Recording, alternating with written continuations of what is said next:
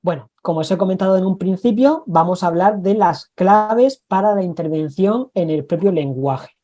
Y vamos a aprender unas pautas principales para diseñar nuestra clase, ¿vale? Está centrado, aunque parezca que en un principio puede estar centrado para profesores, recordar que también cualquier papá o mamá que nos esté viendo les va a servir para planificar cualquier tipo de apoyo que quiera con su hijo o hija, ¿vale? Sin más, bueno, me han presentado, yo soy Rubén Martínez, soy profesor de educación especial en las dos ramas que existen aquí en España, que es pedagogía terapéutica y audición y lenguaje, y me dedico a ayudar a todo ese alumnado, ¿no?, con necesidades que necesita ese pequeño refuerzo. Y también al alumnado que no lo necesita, pero que quiere ir un poquito más de las propias capacidades que tiene. Además, soy un amante de las tecnologías y me gustan mucho las posibilidades que tiene de aplicar los beneficios que tiene la tecnología dentro de la educación. Por eso en este webinar os voy a dar unas breves pautas de cómo utilizar la tecnología en las intervenciones, pero no creáis que nos vamos a centrar en eso. También vamos a ver recursos tradicionales que podemos utilizar en cualquiera de las intervenciones. Y sin más quiero mostraros lo principal que vamos a ver. Primero, como os he dicho, una breve introducción teórica de las consideraciones previas que tenemos que tener en cuenta de cara a trabajar ese lenguaje. Luego vamos a desarrollar la fonología, desarrollar la morfología y la pragmática y la semántica. Estas cuatro partes principales que tenemos aquí son muy importantes tenerlas en cuenta porque son como las cuatro características principales que componen la evolución del propio lenguaje. Voy a hablaros de cómo aprendemos a hablar. Muchas veces nos diremos, bueno, yo aprendo a hablar, no me acuerdo realmente cómo he aprendido a hablar, ¿no? Realmente con nuestros padres, con nuestras madres, hemos estado aprendiendo a hablar de forma innata. Pero si analizamos cómo se aprende a hablar, se siguen una serie de fases. Estas fases no quieren decir que estén separadas entre sí, es decir, que muchas veces se trabajan de forma simultánea. Tenemos la fonología, la morfología, la semántica y la pragmática. Son las principales cuatro vertientes que tenemos que tener en cuenta de cara a trabajar el propio lenguaje. Para que lo tengamos más claro, esta diapositiva os aconsejo que los que tomáis nota, tomad nota, o si no intentamos que nos acordemos porque es muy sencillo de acordarse. La fonología es la pronunciación de determinados fonemas. Luego tenemos la morfología en la estructuración de frases. La pragmática es el uso social del lenguaje y la semántica es la utilización del léxico. Os lo traduzco, ¿vale? Para que lo tengamos. La fonología es pronunciar, ¿vale?, un determinado fonema. Por ejemplo, un fonema que nos suele costar a los niños, sobre todo, mucho trabajo, es la R. Entonces, cuando se trabaja la fonología, se trabaja mucho la posición de la boca, colocaríamos la lengua y le enseñaríamos que hiciese el sonido de la R, ¿vale? Luego, tenemos la morfología, que la morfología es la estructura de la frase. Simplemente cuando estamos conversando, sigue una estructura. Normalmente suele ser la típica de sujeto y predicado. Y luego tenemos la parte pragmática, que es el uso social que se le hace al lenguaje. Esa parte pragmática, que es el uso social, suele estar afectada también en algún tipo de necesidad relacionada con el TEA, por ejemplo, con el autismo, pero también se encuentra muy relacionada con la parte del propio lenguaje, como veremos ahora. Y luego tenemos la parte de la semántica, que es simplemente el vocabulario que se utiliza. Hay gente que tiene más desarrollo de este campo y hay gente que no. Entonces, si os pregunto ya vosotros ahora mismo, voy a cambiar así de diapositiva para que no me hagáis trampa, yo os pregunto, la parte de uso social del lenguaje, ¿cuál de estas cuatro sería? La del uso social del lenguaje. Fonología, semántica, morfología o pragmática. De las cuatro que tenemos aquí. Y ya de paso voy diciendo que estamos a punto de cumplir el reto. Ya veo más de 600 personas conectadas. A ver si llegamos a esas 700, que era el objetivo, en algún momento, y así vamos disfrutando entre todos del webinar. Y me espero que respondáis, vengan animándose. Pragmática, fonología, semántica o morfología. Muy bien, ahí me voy respondiendo, pragmática, ¿vale? Ese es el uso social del lenguaje. Y el vocabulario, ¿a qué haríamos frente? Que esta es siempre la que nos confundimos más. Desarrollo del vocabulario o dominio del vocabulario, ¿vale? Que son, seguimos ahí con la pragmática, que era el uso social del lenguaje. Y ya encontramos la primera, la semántica, ¿vale? Muy bien, la parte de la semántica, que es el uso, ¿vale? De ese vocabulario que tenemos que desarrollar, ¿no? A lo largo de cuando aprendemos un idioma, en este caso, nuestro lenguaje materno. Profe Seguimos. Rubén, parece que estamos todos muy atentos, ¿no? Y Sí, comentando muchísimo. Gracias a todos por participar en Facebook. Los estamos leyendo todos los comentarios. muy bien. Ahora, hablando del tema de las etapas de desarrollo, que es lo que es como un niño va adquiriendo el lenguaje. Antes de que, sobre todo los papás y las mamás que nos estén viendo, se obsesionen mucho con esta tabla que os pongo de cómo va adquiriendo el lenguaje un niño. No son meses exactos ni edades exactas, es decir, que puede ir variando. Pueden adquirirlo antes, pueden adquirirlo después. Lo único que tenemos que tenerlo en cuenta y tenerlo siempre en la mente de cuándo se va a ir desarrollando ese lenguaje, ¿vale? Estas fases, pero ya está, no son partes exactas. La fase prelingüística del lenguaje es cuando el niño empieza a vocalizar los primeros fonemas, es decir, cuando empieza a balbucear mucho, ¿vale? Es la parte más prelingüística. Y además suelen tener muchos una comunicación no verbal. Es decir, es cuando, por ejemplo, lo típico, nos pasea un amigo, nosotros mismos, vamos con el cochecito del bebé y nos asomamos a ver al bebé, nosotros le sonreímos y el bebé sonríe. Decimos, fíjate, me está sonriendo. Es porque está empezando a aprender de forma de espejo, es decir, reproduce lo que está viendo. Nosotros le sonreímos, el niño no nos entiende, pero ve que estamos sonriendo, entonces reproduce esa sonrisa. Es lo mismo.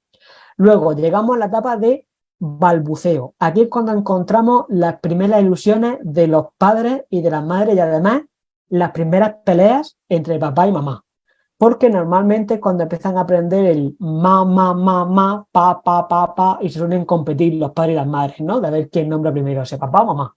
Entonces, en esa competición sería en esa etapa de balbuceo, cuando empieza a aprender esos primeros fonemas que empiezan a ser comprensibles por el propio adulto. Pero tenemos que daros una pequeña desilusión. Cuando el niño en esta etapa dice ma o pa, no se está refiriendo a las madres y a las padres, simplemente está reproduciendo un fonema que conoce directamente tipo loro, lo va reproduciendo, pero él no sabe, no interpreta ese significado todavía. Nosotros nos hacemos la ilusión, pero que sepáis que el niño en ese momento aún no sabe realmente. Y luego llega la etapa en la que tenemos que estar más atentos al desarrollo del niño, que es la etapa de la jerga, que realmente es cuando el niño se va comunicando ya con algunas palabras completas. Comida, agua, y ahí sí te dice mamá o papá con esa intención de comunicarse con vosotros y con vosotras. Pero en esa fase es cuando se empieza a ver las primeras dificultades en el caso de que haya alguna dificultad del desarrollo del niño. ¿Cuándo tenemos que estar más atentos? Cuando el niño cumple entre 14 y 15 meses, es decir, un año y medio, y aún no se comunica, no dice nada. Entonces, ahí sí es posible que exista algún tipo de dificultad. Pero mientras tanto, no es nada importante, porque de hecho, estas primeras fases puede que unos niños las desarrollen más y otros menos. Pero no quiere decir nada, no tenemos que preocuparnos absolutamente por nada. Simplemente a partir de aquí es cuando tenemos que estar más atentos, que sería a partir de esos año y medio. Luego, seguimos. La etapa de las palabras aisladas. Aquí me voy a cambiar yo de sitio, me voy a poner por aquí para que lo podáis ver mejor. Por ahí. Para que veáis a qué nos hacemos referencia. La etapa de palabras aisladas es cuando ya producen esa palabra y la van empezando a integrar en alguna frase. Por ejemplo, mamá, comida o papá, agua. Ya lo empieza a formular con una petición de algo. Normalmente van a ser peticiones cuando se quieren comunicar. El resto lo van a hacer en el idioma que sería jerga, ¿vale? En este caso. Realmente entre una fase y otra, como podemos ver, aquí pone que de 8 a 12 meses, ¿vale? Nos referimos en meses, y de 12 a 18 meses lo pone, es decir, que suelen estar muy relacionados una etapa con la otra. Por lo que tiene que haber una transición. Recordar que no son rígidos, es algo flexible. Y lo principal, que es la etapa de la jerga, cuando tenemos que estar más atentos. Y luego llega la parte de la combinación de palabras. Es decir, cuando tenemos que estar más atentos, es cuando el niño va a cumplir los 2 años de edad. Cuando cumple los 2 años de edad, ya tiene que comunicarse con nosotros de una forma más desarrollada. Cuando el niño alcanza, y aquí súper importante, los 3 años de edad y aún no se comunica con nosotros de forma comprensible, también es otro pequeño riesgo que puede tener ese niño de cara a su desarrollo y de cara a su adquisición del lenguaje. Y aprovechando justo lo que acabo de comentar, y antes de continuar, os quiero lanzar otra pregunta que creo que viene muy bien a partir de aquí. ¿Creéis que el COVID ha influenciado en la adquisición del lenguaje? Estamos hablando del lenguaje materno, ¿vale? Es decir, el que adquirimos en teoría sin llegar a aprenderlo. Es decir, ¿creéis que ha llegado a influenciar, teniendo en cuenta que el COVID no solo el tiempo que estuvimos de cuarentena, sí, no la parte de la mascarilla, ¿vale? O sea, estamos hablando de la pandemia, ¿vale? No solo del COVID, lo que sea la pandemia, que sería la parte de la mascarilla y la parte de la cuarentena, cuando estuvimos encerrándonos en casa. ¿Creéis que ha llegado a influenciar eso? Vale, muy bien, sí, sí, sí. Realmente ahora nos encontramos muchas más dificultades del lenguaje comparado con otra época, ¿no? En la que no teníamos esa pandemia. Porque la parte principal, es decir, cuando el niño se empieza a desarrollar ese lenguaje por medio de la imitación, al tener las mascarillas puestas, no podían ver cómo gesticulamos la boca y realmente tampoco podíamos ver las expresiones faciales porque solo veíamos desde nariz hacia arriba. Entonces, esa capacidad ha influenciado mucho en 2 aspectos principales, que serían la fonología, que es la pronunciación, y la pragmática. Son 2 aspectos principales que se han visto muy influenciados.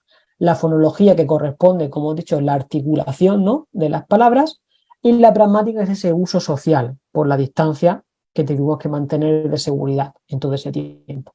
Entonces, ha influenciado. Por eso es muy importante tener en cuenta todas estas etapas, porque ahora es cuando más dificultades suele haber. Entonces tenemos que estar muy precavidos delante de eso. Y luego llegamos a la etapa de las oraciones más completas, que es a partir ya de esos 3 años de edad que hemos comentado, que es cuando el niño ya se comunica con nosotros de forma fluida. Entonces ahí tiene que estar perfectamente desarrollado ese caso. Luego, continuamos. Antes de ir a la parte de la fonología, quiero enseñaros unas frases que a mí realmente cada vez que las escucho siempre me duele el oído, ¿no? Que es lo típico. Cuando observamos una dificultad del lenguaje, siempre decimos, son cosas de la edad. este niño es igual que su abuelo, que le pasaba lo mismo cuando tenía su edad. Ya se le pasará, no te preocupes. O son cosas de niño. Son frases que normalmente escuchamos 1000 veces cuando encontramos una dificultad en el lenguaje. Pero es que una dificultad del lenguaje hay que tratarla antes de que llegue a ser una propia dificultad. ¿Por qué? Porque afecta mucho al campo social. Es decir, vosotros, por ejemplo, imaginaros, ahora hacemos un viaje, las 658 personas que estamos ahora mismo en directo, hacemos un viaje a Japón. Decimos, vamos a pasar unos días en Japón. ¿Nos podríamos comunicar con ellos? Es decir, aparte de ese lenguaje de gestos, ¿no? Pero nos podríamos comunicar con un japonés realmente cuando estuviésemos en ese país de forma normalizada, estableciendo una conversación y todo, porque realmente sería súper difícil, ¿no? Por no decir casi imposible. A lo mejor ahora me dejáis por mentiroso y me decís, yo sé japonés desde hace 20 años y me dejáis por mentiroso, pero bueno, excepto en alguna excepción, realmente no es fácil comunicarse en otro país en un idioma extranjero. ¿Qué ocurre cuando no atendemos a una dificultad del lenguaje? Pasa lo mismo. Pasa exactamente lo mismo. El niño no va a ser capaz de comunicarse ni va a querer hacerlo porque sabe que no lo entienden. Entonces, estas frases, cuando las escuchéis, por favor, intentar en la medida de lo posible corregir, porque es súper importante tenerlo en cuenta de cara a esa intervención que podamos hacer posteriormente. Y ahora, esta es la parte teórica, la parte más de teoría. Entonces, ahora hemos acabado el contenido más aburrido que quería daros. Espero que esta primera parte del webinar más o menos os haya parecido interesante, porque ahora vamos a la parte 100% práctica y estar atentos a lo que os he dicho antes del código QR. Seguimos. Bueno, lo primero de todo, llegamos al aula o somos un papá o una mamá que decimos, mira, yo he visto que hay una dificultad en el lenguaje. No somos psicólogos, ¿vale? O no somos logopedas. En el caso de que sí lo seamos, se puede pasar algún tipo de prueba que el logopeda o el psicólogo vea correspondiente. Pero hablo de el papá o la mamá o el docente que ve una dificultad en el lenguaje. ¿Qué puedo hacer para ayudar a que ese niño se le detecte esa dificultad antes? Voy a diseñar una prueba no estandarizada. La prueba no estandarizada es una prueba que se basa propiamente en la observación. Entonces, yo voy a coger un cuaderno y voy a observar dónde está esa dificultad. Imaginaros, descubro que el niño tiene 7 años y no me pronuncia todavía la R. Coge y en lugar de decir, por ejemplo, mi nombre, ¿no? Que me pasa mucho con los niños. En lugar de decir Rubén, dicen Lubén. En lugar de decir árbol, dicen ábol. Es decir, que la omiten, ¿no? Entonces, veo esa dificultad y digo, voy a tomar nota. Cada vez que diga la R, yo voy a decir, mira, tiene dificultad en el inicio de las palabras. Tiene dificultad en mitad de las palabras. O tiene dificultad al final de la palabra. En este caso se analizarían las tres, ¿vale? Inicio, mitad y final. Es lo importante. Luego, aparte de eso, puedo hacerlo con cualquier otro tipo de segmento, ¿no? De morfología o de la pragmática. Simplemente lo que vosotros queráis observar. Aquí os pongo yo un ejemplo que utilizo. Esto que hay aquí lo utilizo para evaluar a simple vista si hay una dificultad en la morfología. Entonces, observo al niño, voy viendo en qué errores va cometiendo y lo voy apuntando. Por ejemplo, aquí tenemos frases simples, un sujeto más un verbo. Pues voy apuntando si tiene esa dificultad o no. Luego, frases complejas, pues dos sujetos y un verbo. Pues veo si lo tiene dificultad y me voy fijando en los campos y lo voy anotando. Estos apuntes, sí se los doy al psicólogo o al logopeda que se encargue de evaluar esa dificultad, le va a servir muchísimo porque nuestra información va a tener más valor de la que esa persona tome en un momento puntual que le va a pasar la prueba, a diferencia de nosotros que estamos tomando nota en diferentes días. Es decir, que nuestra prueba va a tener más validez para esa persona. Entonces le vamos a ayudar muchísimo. Y aquí os dejo esa muestra de cómo se realiza.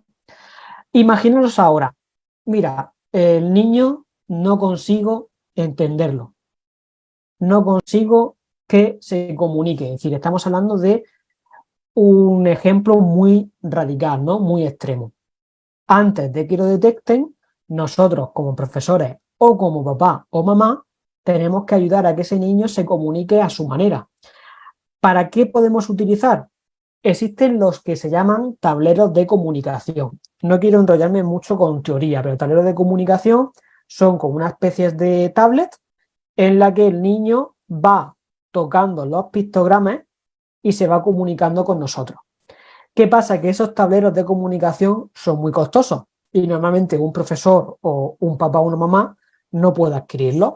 Pues aquí os pongo unas alternativas, que son una serie de aplicaciones que podéis utilizar con las tablets o con los iPads, ¿vale? Normalmente también con el ordenador, pero lo mejor es que sea una tablet o un iPad porque es más manipulable, ¿vale? Lo puede coger más el niño, que tiene la misma función. Simplemente son tableros de pictogramas en el que el niño se puede comunicar con nosotros cuando tiene esa dificultad. De hecho, os aconsejo esta, que la primera de todas que os pongo, Prolonged to Go.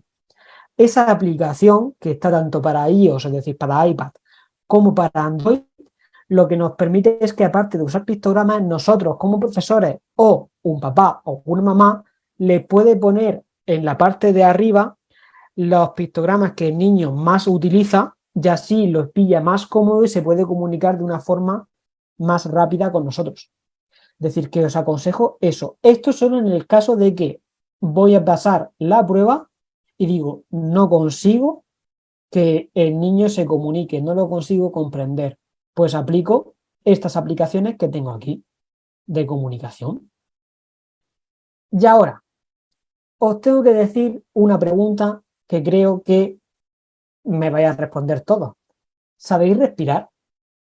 Mirad, la mayoría, ¿vale? Os explico. La mayoría cuando aprendemos a respirar, o a respirar es algo innato, ¿no? Pero la mayoría respira por la nariz. Pero ¿qué ocurre? Que luego se suele desarrollar más la respiración por la boca.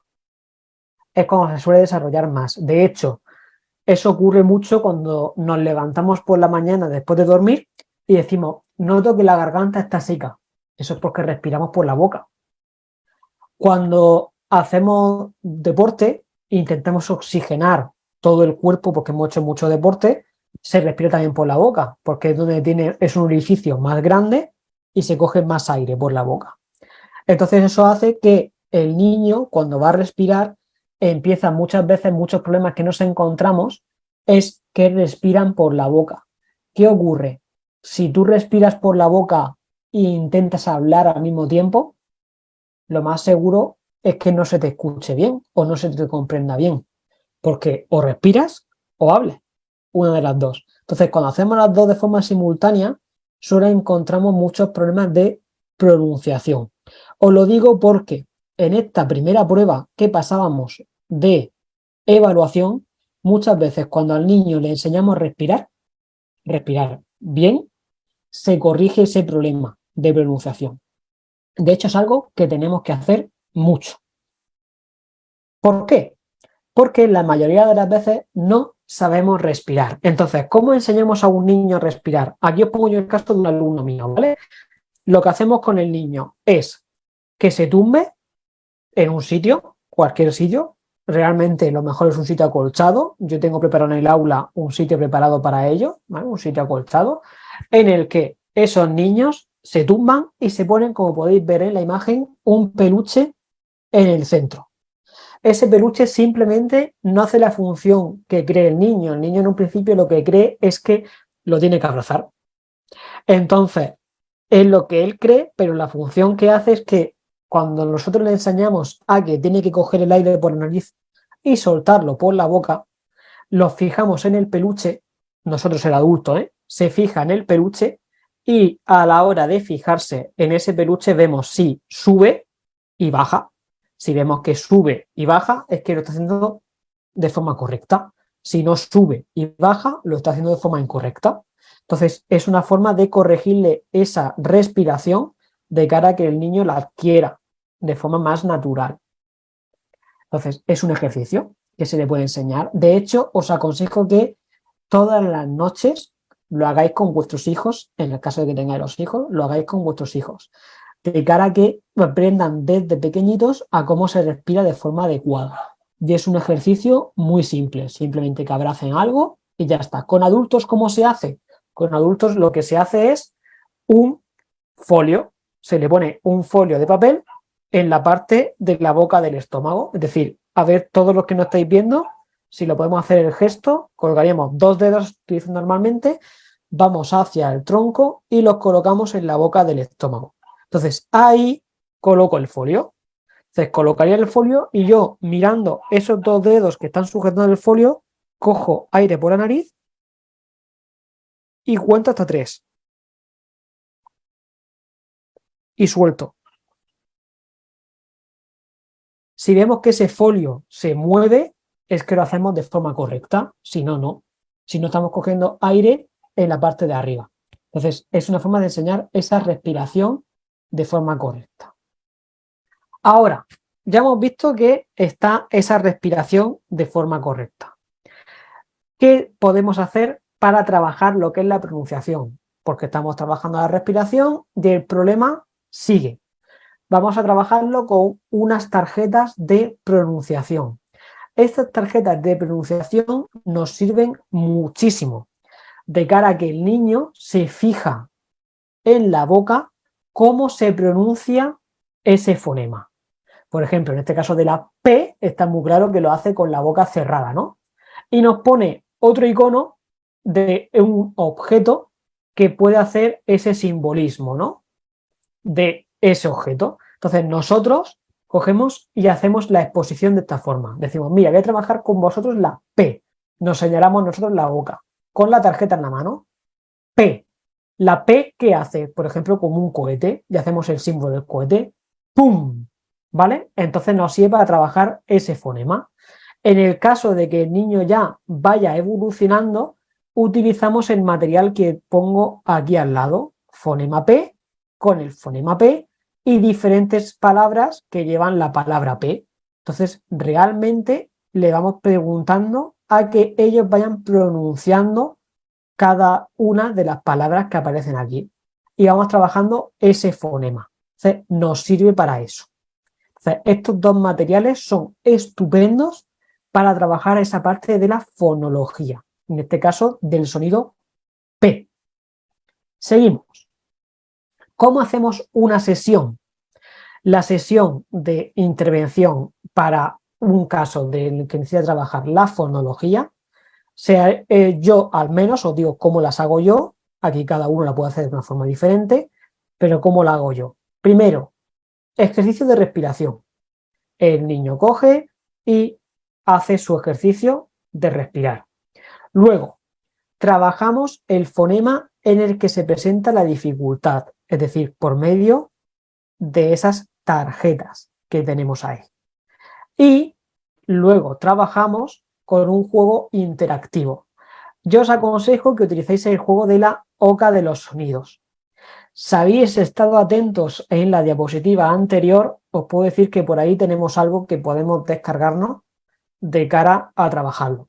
Yo os lo digo, porque he visto ya algunos ojos por el chat, entonces hay algunos que están ahí atentos cuando tienen que ver ese código QR para descargarse el recurso. Y luego profe, ¿y vio que ya llegamos a la meta? Hemos llegado ya a las 700 personas, Sí, está siendo sí. increíble y además la participación muy buena. Y están diciendo que les encanta participar y que el webinar sea muy interactivo, que es una manera muy amena de participar en el webinar. Así que gracias, profe. Me alegro muchísimo. Y continuamos para que no se nos eche el tiempo encima. Recordad lo del código QR. Ya no lo recuerdo más porque vamos a encontrar varios. Y ahí lo tenemos. Entonces, hemos dicho sesión. Primero, relajación. 5 minutos. No hace falta más. Luego, practicamos el fonema que se presenta dificultad, la P, la T, la S, el que sea, por medio de esas tarjetas que hemos dicho. Luego, un juego interactivo y ya que el niño juega lo que quiera y volver a la calma.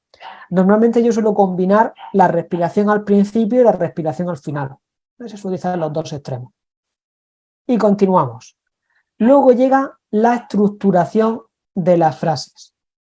Principal dificultad que encuentro cuando hay algún tipo de problema a la hora de estructurar las frases.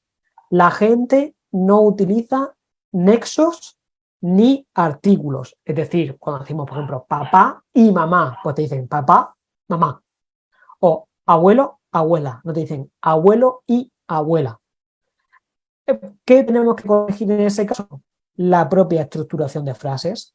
¿Qué recursos podemos utilizar que además se puede hacer casero? Porque se puede hacer muy simplemente.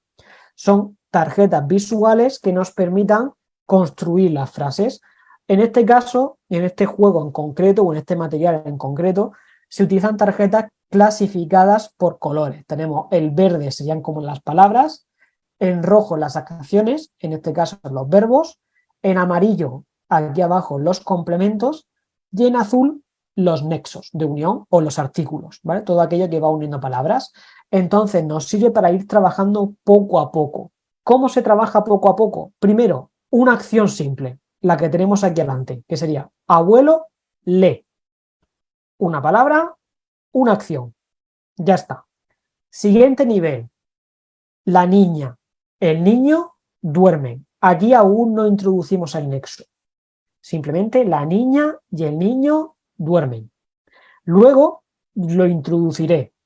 Cogeré la tarjeta de Lee y diré la niña y el niño duermen para poder introducir esa frase. Y posteriormente introduzco el complemento. En este caso sería la abuela y el abuelo leen un libro y me quedaría aquí. Eso sería el siguiente nivel de complejidad. Y si lo quiero complicar un poco más para que el niño vaya cada vez adquiriendo mejor el lenguaje, sería la abuela y el abuelo leen un libro con el bebé o con el nieto. ¿Vale? Aquí. Entonces, poco a poco lo vamos complicando. Entonces se trabaja desde la parte más simple a la parte más compleja. Continuamos. Y aquí os pongo otro ejercicio que utilizo bastante para trabajar de forma más interactiva con el alumnado, que es un juego que además lo podéis utilizar cuando queráis porque lo he hecho yo, es decir, que lo podéis utilizar sin problema, tiene licencia Creative Commons, es decir, cualquiera lo puede emplear, en el que se le enseñan a los niños junto con la lectura la estructuración de frases. Simplemente ellos colocan una rana en uno de los nenúfares, consiste en llegar al centro del nenúfar y tienen que descubrir las frases que se esconden, simplemente separando cada una de las palabras, las frases que se esconden, ordenarlas y te la dicen. Y también encontraréis en ese material, aquellos que estén más atentos lo encontrarán, que están las respuestas. Encontraréis las tarjetas y las respuestas para poder utilizarlo vosotros mismos. ¿Vale? Entonces se enseña, es un material muy bueno de cara a poder utilizar esa estructuración de frases, enseñar esa estructuración de frases y enseñar la lectura también, ¿vale? Se puede utilizar para las dos cosas. Entonces, un ejemplo de ese juego interactivo. Recordad que el juego interactivo correspondería a la tercera fase. La segunda fase, en el caso de la morfología, sería estas tarjetas y la tercera, este juego, por poneros un ejemplo. Y luego llegamos, primero, lo que os he dicho, la respiración siempre, que nunca falte, el ejercicio de estructuración del lenguaje, un juego, realmente como puede ser este de saltos de las ranas, y el juego libre. Ya tenemos una sesión estructurada y además bastante amena para el niño, porque estamos utilizando diferentes recursos. Bueno, llega una parte que también nos va a servir muchísimo de cara a trabajar la pragmática, es decir, ese uso social. Nos va a servir también para el alumnado con Asperger o con TEA. También nos va a servir para eso. Para este juego, por ejemplo, nos sirve para la gestión emocional. Los niños que tienen dificultad en el lenguaje suelen tener muchos problemas a la hora de comunicarse con el resto de compañeros, porque como no se les comprende bien, suelen tener una actitud más tímida, cuando realmente no tiene por qué ser así. Entonces, yo aplico este juego. Este juego simplemente nos sirve es un tablero basado en la película de Inside Out, y el niño va avanzando por una serie de casillas y nosotros sacamos una tarjeta de una situación. Las situaciones están clasificadas en situaciones de casa, es decir, situaciones del hogar, y situaciones del centro, del colegio, que suelen ser los dos entornos por los que se mueve más, ¿no? Entonces, cuando trabajamos esas dos situaciones, leemos la tarjeta como puede ser esta, ¿no? Vas a casa de tu abuelo y siempre te cuenta la misma historia. Pues esa situación, el niño que tiene que hacer, decirnos cómo se sentiría. Si estaría alegre, si estaría triste, si estaría enfadado, y así el niño se va comunicando en una situación controlada. En el caso de que veamos alguna tarjeta que queramos ampliar, en el link del juego vais a tener un código, una especie de código en el que podéis personalizar vosotros mismos las tarjetas. Es decir, que vais a poder aprender mejor con esas tarjetas. Y continuamos. Ahora pregunta para vosotros. ¿Consideráis que gestionar las emociones para trabajar la pragmática es importante? Lo que sería la gestión emocional, propiamente dicha.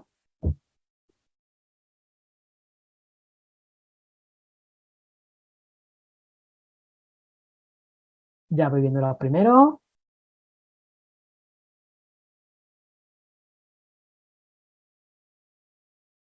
Sí, mira, hay gente que está poniendo los ojitos, o sea que atento a lo que he comentado por aquí antes. Los ojitos, lo de los ojitos ha gustado, ¿eh?